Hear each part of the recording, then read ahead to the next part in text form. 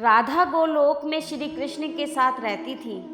एक बार श्री कृष्ण भगवान को गोलोक में राधा रानी कहीं नजर नहीं आई। कुछ देर बाद कन्हैया अपनी सखी विराजा के साथ घूमने चले गए। यह बात जब राधा रानी को मालूम हुई तो उन्हें गुस्सा आया और वो सीधे कन्हैया के पास पहुंची। वहां पहुंचकर उन्होंने श्री कृष्ण को काफ़ी बुरा भला कहा। राधा रानी का यह रवैया भगवान श्री कृष्ण के प्यारे मित्र श्री दामा को बिल्कुल अच्छा नहीं लगा। श्री दामा ने उसी वक्त बिना कुछ सोचे समझे राधा रानी को पृथ्वी पर जन्म लेने का श्राप दे दिया। राधा को इतने गुस्से में देखकर कृष्ण भगवान की सखी विराजा भी नदी के रूप में वहां से चली गई। राधा ने श्री दामा से श्राप पाने के बाद उन्हें राक्षस कुल में पैदा होने का श्राप दिया। राधा जी द्वारा दिए गए श्राप की वजह से ही श्री दामा का जन्म शंखचूड़ दानव के रूप में हुआ। आगे चलकर वही दानव भगवान विष्णु का परम भक्त बना।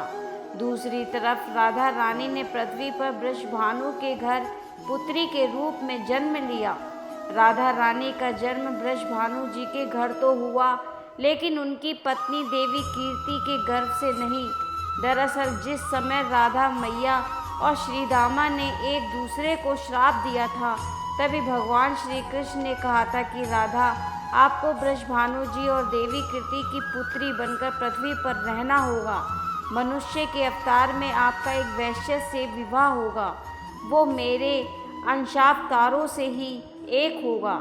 इस तरह आप पृथ्वी पर भी मेरी ही बनकर रहोगी, परंतु हम दोनों को बिछड़ने का दुख सहना होगा। इसके बाद कृष्ण भगवान ने राधा रानी को मनुष्य योनि के रूप में जन्म लेने की तैयारी के लिए कहा। संसार के सामने वृषभानु की पत्नी गर्भवती हुई। जिस तरह एक बच्चा दुनिया में आता है, ठीक वैसे ही देवी कीर्ति का भी प्रसव हुआ।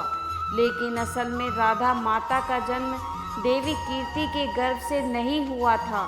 भगवान की माया से उनके गर्भ में वायु भरी हुई थी। देवी कीर्ति ने उसी वायु को जन्म दिया।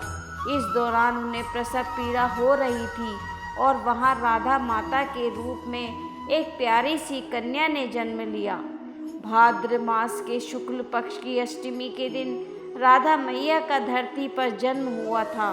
तभी से हर साल इस दिन को राधा अष्टमी के रूप में मनाया जाता है।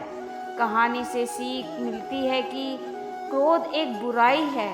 क्रोध का जवाब क्रोध में ही देने से बातें और खराब हो जाती हैं। इसके कारण कई दुविधाओं का सामना करना पड़ता है।